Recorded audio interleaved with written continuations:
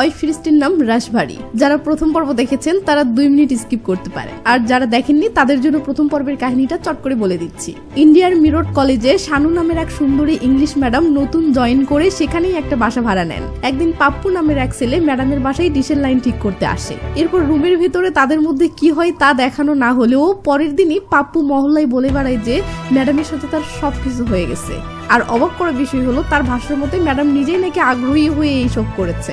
এই কথা রাতারাতি কলেজের স্টুডেন্ট আর স্যারদের মধ্যে ছড়িয়ে পড়ে। ফলে পরের দিনই একজন স্যার ম্যামকে অফিস রুমে একা পেয়ে সুযোগ নেওয়ার চেষ্টা করলে ম্যাম তাকে থাপ্পড় মেরে বসে। এতে বোঝা যায় ম্যাম আসলে একজন চরিত্রবান নারী। তাহলে পাপ্পু যা রটিয়েছে সেটা কি মিথ্যা, নাকি ম্যাডামের ভিতরেই কোনো রহস্য লুকিয়ে আছে? এই প্রশ্নটাই ম্যাডামের স্টুডেন্ট নান্দুর মাথায় ঘুরতে থাকে। সত্যটা জানতে নান্দু একদিন কৌশলে ম্যাডামের বাসায় গিয়ে দেখে যে তার স্বামী আছে এবং তাদের মধ্যে বেশ রোমান্টিক সম্পর্ক। এটা দেখে নান্দুর সব কনফিউশন দূর হয়ে যায় এবং সে ধরে নেয় যে পাপ্পুই মিথ্যা বলেছিল। কিন্তু কিন্তু কিন্তু পরের দিনই নান্দুর বন্ধু বিপুল জানায় শুধু পাপ্পুই না, এই মহল্লার আরো 3 জন নাকি ম্যাডামের সাথে শুয়েছে। লাউঠাল নান্দু আবার কনফিউশনে পড়ে যায়। আসল সত্যিটা বের করার জন্য নান্দু এবার ভীরা নামের একজন মহিলাকে ম্যাডামের বাসায় কাজের বুয়া হিসেবে পাঠায়, যাতে সে জানতে পারে ম্যাডামের বাসায় কে বা কারা আসে। কিন্তু ভীরা পরের দিন এসে জানায় ম্যাডাম আর তার স্বামী দুজনেই খুব ভালো মানুষ, তাই সে এখন থেকে তাদের বাসাতেই স্থায়ীভাবে কাজ করবে। আর হ্যাঁ, ম্যামের ব্যাপারে এসব গুজব মিথ্যা। এটা শুনে নান্দুর কনফিউশন আবারও দূর হয়ে যায়। কিন্তু কিন্তু কিন্তু নান্দুর চোখে পড়ে ভীরার গলায় একটা লাভ বাইট, মানে পীড়িতের কামড়। লাউঠালা কে দিল পীড়িতের কামড় ভীরারও বদনে? এখান থেকেই রহস্য আবার নতুন মোড় নেয়। তো এই পর্যন্তই ছিল প্রথম পর্বের কাহিনী। চলুন এর পরের ঘটনা দেখে নেওয়া যাক। তো শানু ম্যাম তার হাজবেন্ডের সাথে রোমান্স করতেছে, এমন সময় কলিং বেলটা বেজে ওঠে, মানে কাজের বুয়া ভীরা এসেছে। ম্যাম তখন স্বামীকে ভালোবেসে একটা চুমু দিয়ে দরজা খুলতে যায়, ও দরজা খুলে দিলে ভীরা ভিতরে চলে আসে। সে নান্দুর বাসায় আসলে দেখি নান্দুর মা পুষ্পা তার স্বামী ত্যাগীকে বলতেছে, শুনতেছি আমাদের মহল্লায় নাকি একটা ইংলিশ ম্যাডাম উঠেছে যার তার সুখের সংসারে আগুন লাগিয়ে দিচ্ছে। তুমি কিন্তু এসব থেকে সাবধানে থেকো। হ্যাঁ। ত্যাগী বলে, আরে কোন ম্যাডাম, কিসের আগুন? এমন সময় নান্দু আসলে ত্যাগী বলে, নান্দুর মা সামনে নান্দুকে পকেট খরচ 50 টাকা কম দিও, ও বান্ধবীদের কাছে ফ্রিতে জিনিস বিক্রি করে। যারা প্রথম পর্ব দেখেননি তাদেরকে বলি, নান্দুর বাবার ব্রা প্যান্টির দোকান আছে। তো নান্দুর মা নান্দুকে নাস্তা বানিয়ে দিতে চাইলে ত্যাগী বলে, হ্যাঁ হ্যাঁ, খাইয়ে খাইয়ে সার বানাও, পড়াশোনার নাম নাই। এটা শুনে নান্দু কি যেন ভেবে বলে ওঠে, পাপা এবার পড়াশোনা করব। এটা শুনে বাবা খুশি হলে নান্দু বলে, তবে এর জন্য আপনাকে ছোট্ট একটা কাজ করতে হবে। হ্যাঁ হ্যাঁ বল পাপা, আমার টিউশন লাগিয়ে দাও, তারপর দেখো আমি কিভাবে ক্লাস টপার হই। আব্বে গচ্চু, তোর কত টিউশন লাগবে? এর মাঝেই মাম্মি এসে নান্দুর পক্ষ নিয়ে বলে, আরে টিউশন দাও, দেখবে ইন্টারে অনেক ভালো রেজাল্ট করবে। ত্যাগী বলে, আমি বেকার কোনো খরচ করতে পারবো না। পুষ্পা বলে, টিউশন দাও তো ভালো রেজাল্ট করবে, আর না দাও তো খারাপ রেজাল্টের জন্য বুড়া বয়সে তোমাকে কথা শোনাবে। এটা শুনে ত্যাগী কিছুক্ষণ ভেবে বলে, ঠিক আছে, তোর টিউশন টিচারের সাথে আমি নিজে কথা বলবো। নান্দু দুম করেই দাঁড়িয়ে যাই বলে, ঠিক আছে তো চলো এক্ষুনি। হ্যাঁ হ্যাঁ। সিন কাট হলে দেখি নান্দু তার বাবাকে নিয়ে টিচারের বাসার সামনে চলে এসেছে। তো আঙ্কেল নান্দুকে বলে, ফিজিক্স, কেমিস্ট্রি, বায়ো এই 3টাই এই টিচার পড়াবে না পাপা? তাহলে ইংলিশ। আব্বে হারামজাদা, ইংরেজি টিউশন নিয়ে কি শিখবি? চল এখান থেকে। আরে পাপা, ইংরেজি টিউশন খুব জরুরি, ম্যাডাম অনেক ভালো করে পড়াবে, ফোনে ইংলিশ মুভি দেখে দেখে শিখিস, চল এখান থেকে। এই বলে আঙ্কেল টেনে নিয়ে যাচ্ছে। এমন সময় ম্যাম দরজা খুলতেই ম্যামকে দেখতেই ত্যাগীজি কাবু হয়ে যায়, কারণ সেও অন্যদের মতোই ম্যামের ব্যাপারে এসব শুনেছে। তো ত্যাগীজি এভাবে কাছে এসে একদম মধুর স্বরে বলে ওঠে, নমস্তে ম্যাডাম, নমস্তে। আমার ছেলের টিউশন দেওয়ার জন্য কথা বলতে এসেছি। টিউশন?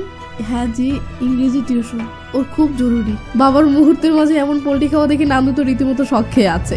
সিন বাড়িতে আসলে দেখি নান্দুর বাবা যে নান্দুকে সেই ইংলিশ ম্যাডামের কাছেই টিউশন দিয়েছে, এটা শুনে পুষ্পা আন্টির গরম তেলে জল পড়েছে।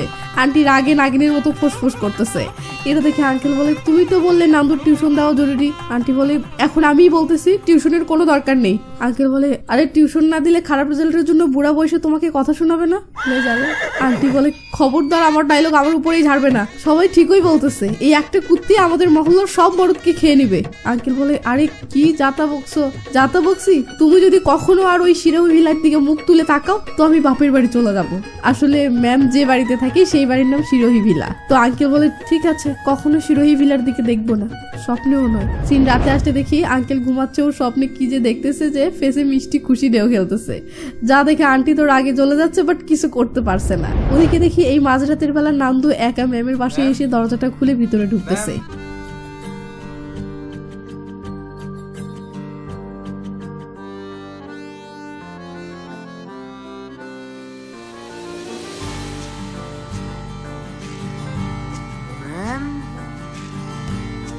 आनंद मीरा पापा पापा মানে এটা নান্দুর স্বপ্ন ছিল। এখন প্রশ্ন, সবাই ম্যামকে নিয়ে যা বাজে ভাবতেছে, ম্যাম কি সত্যিই এমন, নাকি এসব সবার বাজে মেন্টালিটির প্রতিফল? তো পরের দিন নান্দু ম্যামের কাছে ইংলিশ পড়তে আসলে ম্যাম একজন দক্ষ শিক্ষক হিসেবে খুবই সুন্দর করে ইংলিশ পড়াতে থাকে। বাট নান্দুর ফোকাস তো আর ইংলিশ শেখা না, তার উদ্দেশ্য ম্যামের আসল রহস্যটা জানা, যে ম্যাম বাস্তবে আসলে কেমন। তাই নান্দু পড়াই মনোযোগ না দিয়ে ম্যামকে চেয়ে চেয়ে দেখতে থাকে।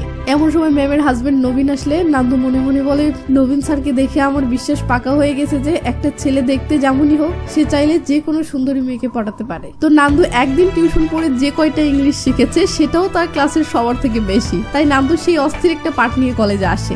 তার লুক, অ্যাটিটিউড, কথা বলার ধরন সবকিছুই পুরো পাল্টে গেছে। এসব দেখে প্রিয়াঙ্কা তো অবাক হয়ে যায়। যারা প্রথম পর্ব দেখেনি তাদেরকে বলি, প্রিয়াঙ্কা নান্দুকে মনে মনে পছন্দ করে ও পটানোর চেষ্টা করে, বাট নান্দু প্রিয়াঙ্কাকে তেমন পাত্তা দেয় না। তো পরের দিন নান্দু ম্যামের কাছে টিউশন পড়তে আসলে ম্যাম একটা বাক্যকে অ্যাক্টিভ ভয়েস অ্যান্ড প্যাসিভ ভয়েসে রূপান্তর করতে বলে। কিন্তু নান্দু দুষ্টামো করে ফানি একটা উত্তর দিলে ম্যাম হেসে দিয়ে নান্দুর মাথায় ঠু মেরে বলে, তুমি অনেক ফানি, বাট তুমি অনেক স্মার্টও, তাই মনোযোগ দিয়ে পড়লে ইংলিশে টপ করবে। Thank you ma'am.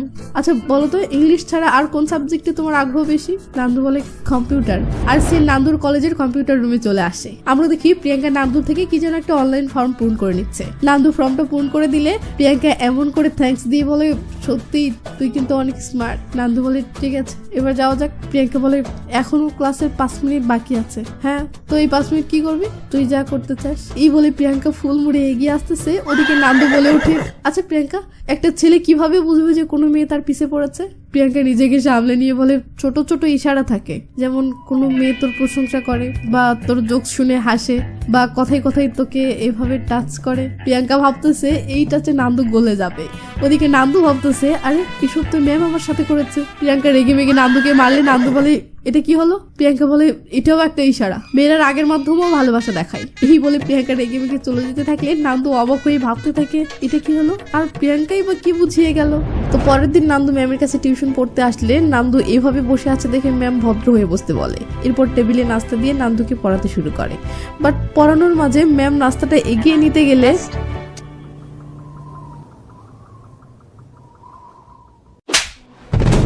তো ম্যামের এমন রিয়াকশন দেখে নান্দুর তো হিসাব মিলছে না। সে ভেবে পাচ্ছে না, সারা মহল্লার সবাই তো বলে বেড়াচ্ছে ম্যাম ক্যারেক্টারলেস, তাহলে ম্যাম এমন রিয়াক্ট কেন করছে? তাই নান্দু অবাক হয়ে বলে, ম্যাম আপনি আমার সাথে এমনটা করছেন কেন? ওদিকে আপনি পুরো মহল্লার সবার সাথেই তো। ম্যাম রেগে মেগে বলে, গেট আউট, বেরিয়ে যাও বলছি। নান্দু অবাক হয়ে বলে, ডিশ কেবলওয়ালা Pappu, banker Manoj, engineering student Rahul, professor Kalia এবং আরো কতজন। ম্যাম অবাক হয়ে বলে, নান্দু এসব কারা? আমি তো এদের কাউকে চিনি না। নান্দু বলে, আচ্ছা আপনি এদেরকে চেনেন না? হ্যাঁ চিনি না, আমি তো আজকেই প্রথম এদের নাম শুনলাম। এই বলে ম্যাম রেগে মেগে নান্দুকে বের করে দেয় ও বলে, খবরদার আর কখনো আমার সামনে আসবে না, টিউশন পড়তেও আসবে না। নান্দু আসতে থাকে আর ম্যামের বলে সেই কথাগুলো ভাবতে থাকে। নান্দু এসব কারা? আমি তো এদের কাউকেই চিনি না, আমি তো আজকেই প্রথম এদের নাম শুনলাম। নান্দু এসব টেনশন নিয়ে বাসায় আসলে রাতে দেখে এদিকে প্রিয়াঙ্কাও নান্দুর নাম্বার ব্লক করে দিয়েছে। পরের দিন সকালে নান্দু প্রিয়াঙ্কাকে অনেকবার ফোন করার চেষ্টা করে, বাট কোনোভাবেই যোগাযোগ করতে পারে না।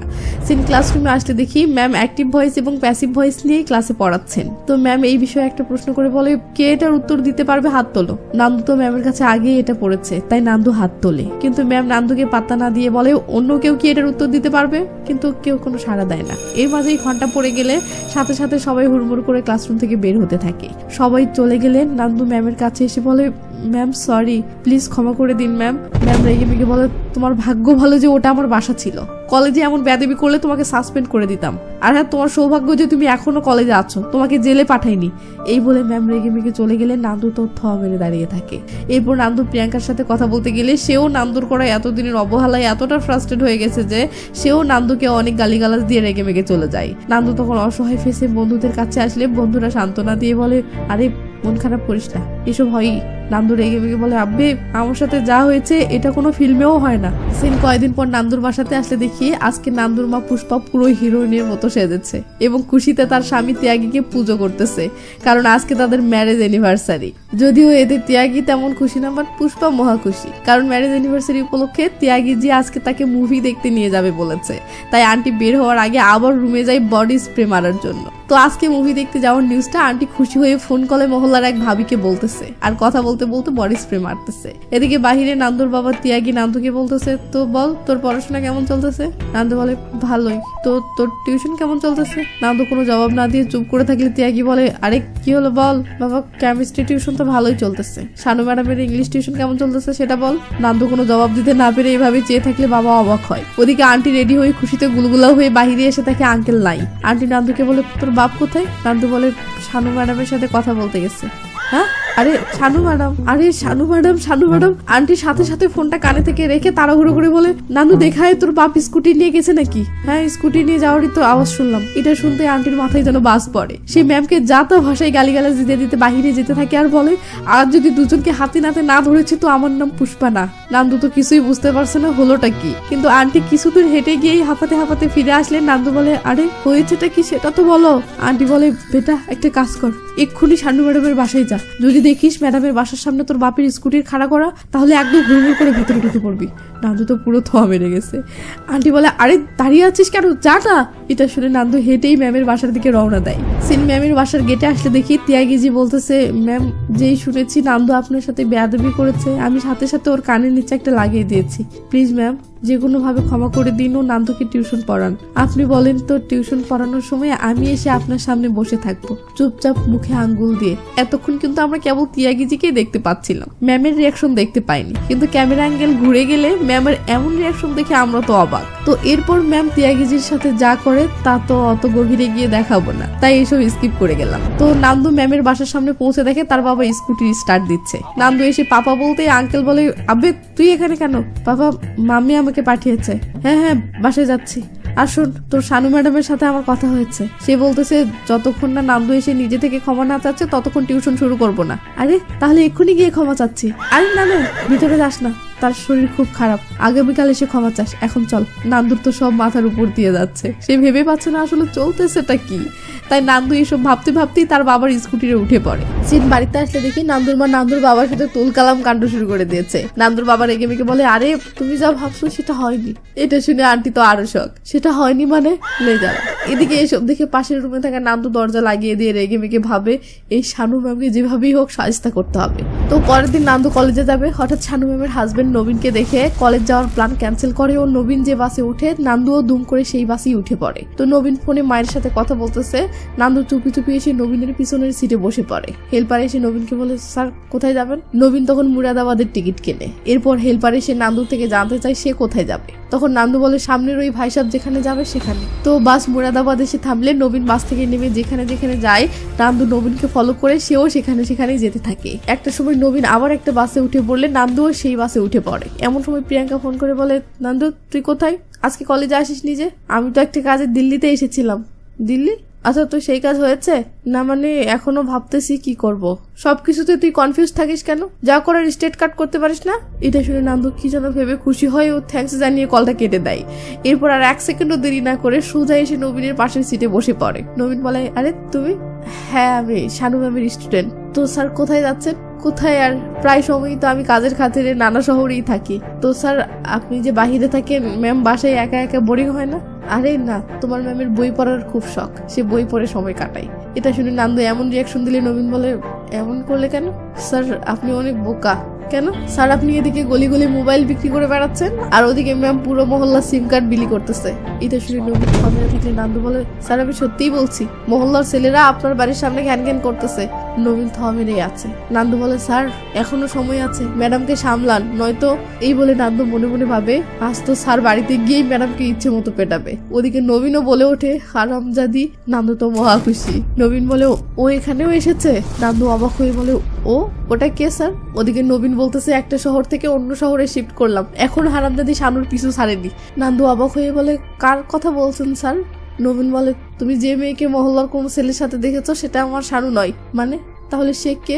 সে ভূত, ডাইনি, লখনৌ শহরের একটা পতিতা, নাম রাশভারী, তার আত্মা। আমার শানুর কোনো দোষ নেই। এই হারামজাদি রাশভারী শানুকে ইউজ করে যা মন চাই করতেছে। আমার শানু তো এসব জানেও না।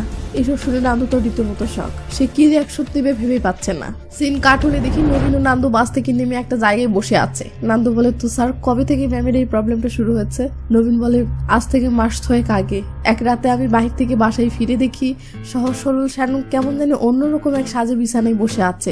আমি অবাক হয়ে শানু শানু বলে ডাকলে সে এমন ভাষায় এবং এমন ভঙ্গিতে কথা বলতে শুরু করে যা অনেকটা একটা পতিতার মতন। আমি অবাক হয়ে বলি, শানু তোমার কি হয়েছে? সে বলে, শানু আবার কে? আমি তো তোমার রাশভারী। এই বলে সে আমাকে কাছে ডাকলে আমি ভেবে নেই সে মনে হয় এমনি মজা করে এমন পতিতার মতো অভিনয় করতেছে।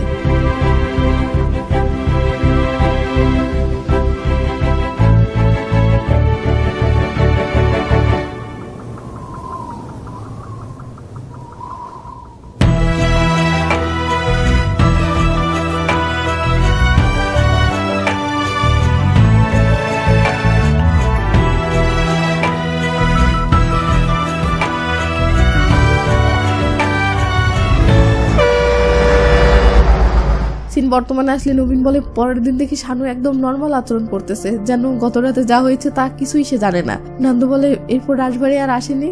হ্যাঁ, আরো 1-2 বার এসেছিল, তবে ওই সেম কাহিনী। পরে শানু সেসব কিছুই মনে করতে পারে না। এসব শুনে নান্দু কি যেন ভাবতে থাকলে নবীন বলে, এটাই তো ভাবছো তাই না, যে আসলে সে মিথ্যা অভিনয় করছে, আমাকে বোকা বানাচ্ছে? হ্যাঁ স্যার, আমি এমন ঘটনা কিছু মুভিতে দেখেছি। এটাকে রোল প্লে বলে। পার্সোনাল মুহূর্তকে একটু মজাদার বানানোর জন্য এসব করা হয়। ছেলে কখনো পুলিশ সাজবে, তো কখনো প্লাম্বার সাজবে, মেয়ে কখনো নার্স সাজবে, তো কখনো কলগার্ল। আপনি বুঝতে পারছেন তো আমি কি বোঝাতে চাচ্ছি? নবীন এদিকে কি যেন ভাবনায় ডুবে আছে। নান্দু বলে, স্যার আপনি কখনো সত্যতা যাচাই করার চেষ্টা করেননি? নবীন বলে, আমি কোনো চেষ্টা বাকি রাখিনি। তখনই সিন ফ্ল্যাশব্যাকে নিয়ে গিয়ে দেখানো হয় শানু ম্যাম রাজবাড়ির ক্যারেক্টারের নবীনের সাথে যা যা করে, পরে যে সেগুলো তার কিছুই মনে থাকে না, তার নবীন শানুর কথাবার্তা বা আচরণে স্পষ্ট বুঝতে পারে। যা দেখে নবীন কনফার্ম হয়ে যায় সে মাঝে মাঝে রাজবাড়ির ক্যারেক্টারে যাকে দেখে সেটা আসলে শানু নয়। নবীন বলে, এরপর বহুদিন পর্যন্ত আমি আর রাজবাড়িকে দেখি না। আমি রাত জেগে জেগে রাজবাড়ির অপেক্ষা করতে থাকি। এরপর হঠাৎ এক রাত